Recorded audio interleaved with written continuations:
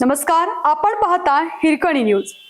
Hirkani news प्रत्येक क्षण ताज्या घडामोडी आणि महत्त्वाच्या प्रत्येक बातमीसाठी नेहमी तत्पर. आज दख्खन केदारमध्ये ज्योतिबा डोंगर वृक्ष पुनरोपण वृक्ष संवर्धन मोहिमेचा प्रारंभ.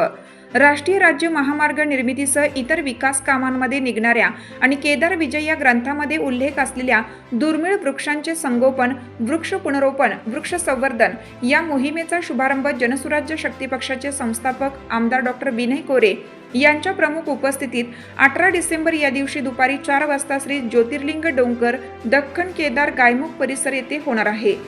या प्रसंगी भारतीय राष्ट्रीय राज्यमार्ग प्राधिकरण परियोजनेचे महाव्यवस्थापक संजय कदम, उपवनसंरक्षक जी गुरुप्रसाद, कोल्हापूर जिल्हाधिकारी अमोल येडगे यांची विशेष उपस्थिती असणार आहे. अशा प्रकारे राज्य महामार्गावर तोडल्या जाणाऱ्या 350 झाडांचे पुनरोपण ज्योतिबा डोंगर परिसरात केलं जाणार आहे. आपल्या हिरकणी न्यूज चॅनलला लाईक करा, शेअर करा आणि सबस्क्राईब करायला विसरू नका आणि रहा अपडेट.